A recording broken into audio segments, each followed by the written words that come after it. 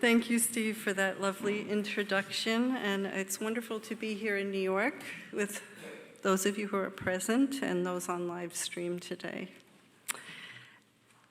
As a longtime Arcane School student, I'm very grateful to the Tibetan and to all the secretaries I've had throughout the years for sharing their wisdom and experience.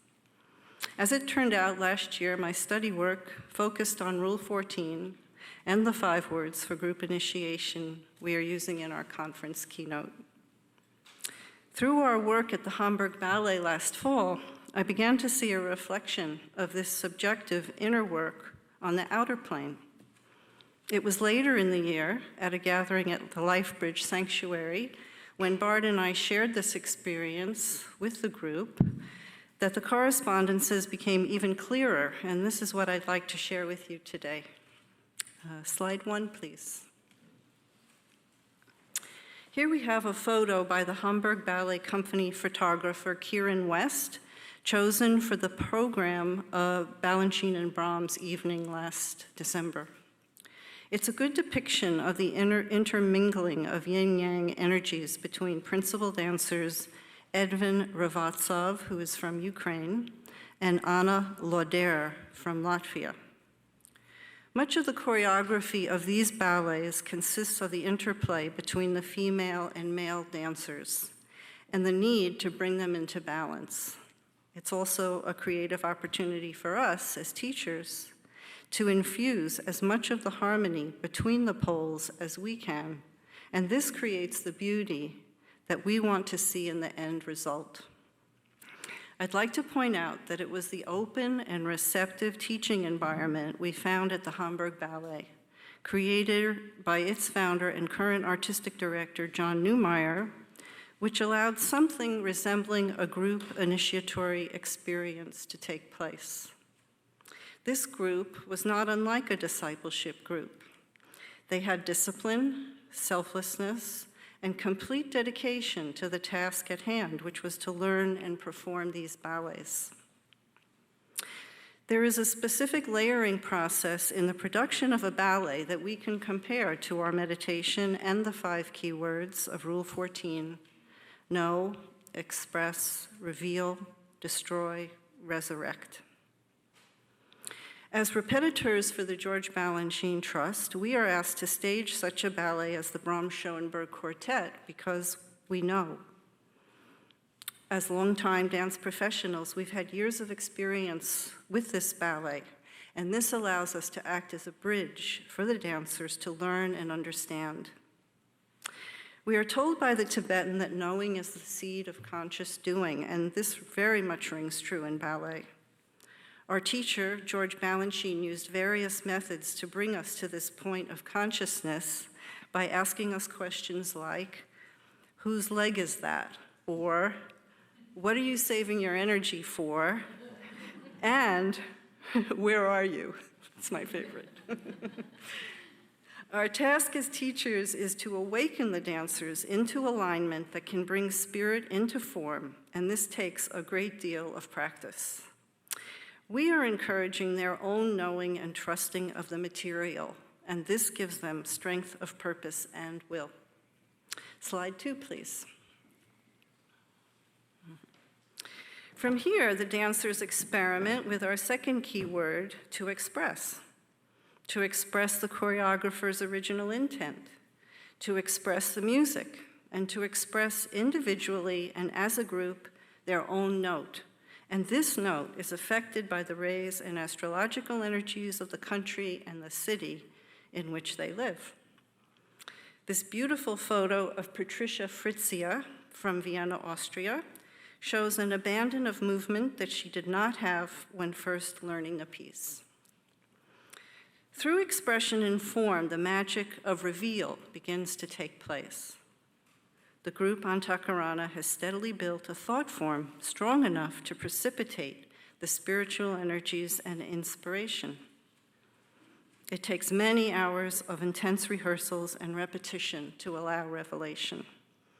This includes the corps de ballet and the soloists learning to work together as a whole. The ballet becomes alive through sound, beauty, color, and rhythm. Here, the David Kingdom begins to add a dynamic impulse, which only grows stronger with each rehearsal and is at its full power by the time of the performance. Slide 3, please. This photo is looking down at the rehearsal of the third movement from the observation deck. Now, at this point, all seems to be going well. However, what happens next is something, as aspirants and disciples, we are quite familiar with. For the dancers at this stage, after the light of revelation, crystallization can take place. Blinded by the light, their bad habits and old thought forms creep back in. They are no longer creating in present time. Our job then, as teachers, is to destroy, in a harmless way, all that hinders their divine expression and get them back on track. Many times we use humor, and at the Hamburg Ballet, because of their excellence and wise leadership, this period, thank goodness, was quite brief. Slide number 4, please. That's pretty. Here we have principal dancers Shui Lin Chen from South Korea and Christopher Evans, Colorado, USA. DK tells us that the word resurrection in Rule 14 is not your typical Christian definition. It's about the spiritualization of matter, the livingness of life. And so our group work with the ballet is to anchor a germ of livingness. As the dancers reach this stage for the actual performance, all elements synthesize. It's a symphony of many parts that now include the orchestra, the lights, and the audience. The dancers and the thought forms created become the chalice through which divine energies flow out into the community. Slide 5, please.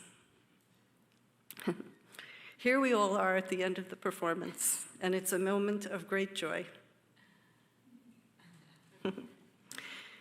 We'd like to share with you now a small video of about 3.5 minutes of the Brahms Balanchine program. The first ballet is Liebeslieder Waltzer, which is done with piano, 4 singers, and 4 dance couples. The second ballet is the Brahms Schoenberg Quartet, which has 4 movements and about 40 dancers. This was a promotional video, so we will hear some German commentary in the background, as well as the music. But still, it's quite beautiful and will demonstrate the beauty and radiance that was achieved. Thank you.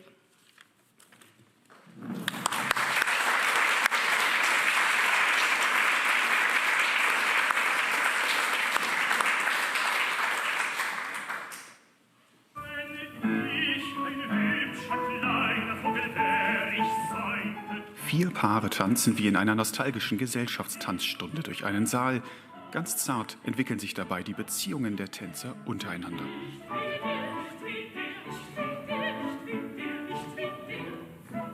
Über sein Werk sagte Georges Balanchine, im ersten Akt sind es die realen Menschen, die tanzen, im zweiten Akt sind es ihre Seelen.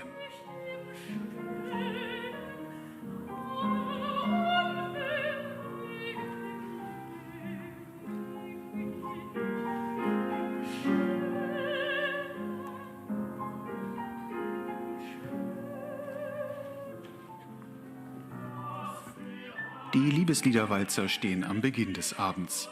Zur gesungenen Musik von Johannes Brahms werden subtil Handlungen zwischen den Tanzpaaren angedeutet. Ganz allmählich fokussiert Balanchine so von der Außen- in die Innenwelt der Tänzer.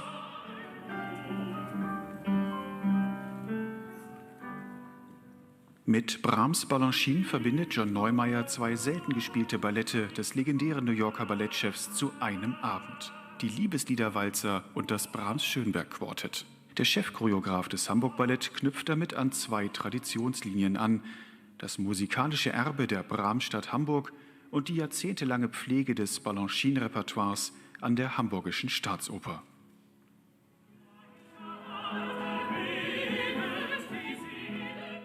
Für die Hamburg-Premiere ließ John Neumeier ein neues Bühnenbild erstellen. Am Ende verlassen die Tänzer den Bühnenraum, als ob sie zu einem Spaziergang aufbrechen oder tiefer in ihr Inneres hineinhorchen.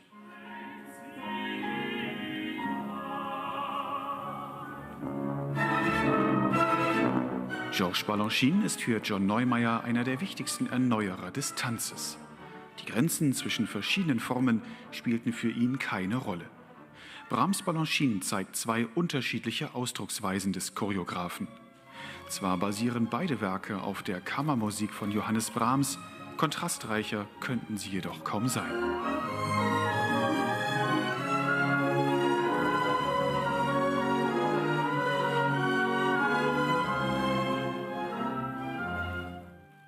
Den zweiten Teil bildet das opulente Brahms-Schönberg-Quartett. Jeden der 4 Sätze konzipierte Balanchine völlig anders. Dabei sind die einzelnen Teile nicht durch einen durchgehenden Handlungsfaden miteinander verknüpft, sondern wie in einer Gala aneinandergereiht.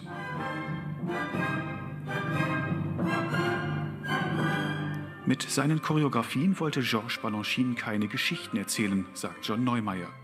Das Wichtigste für ihn war es, die Freude an reinem Tanz zu vermitteln.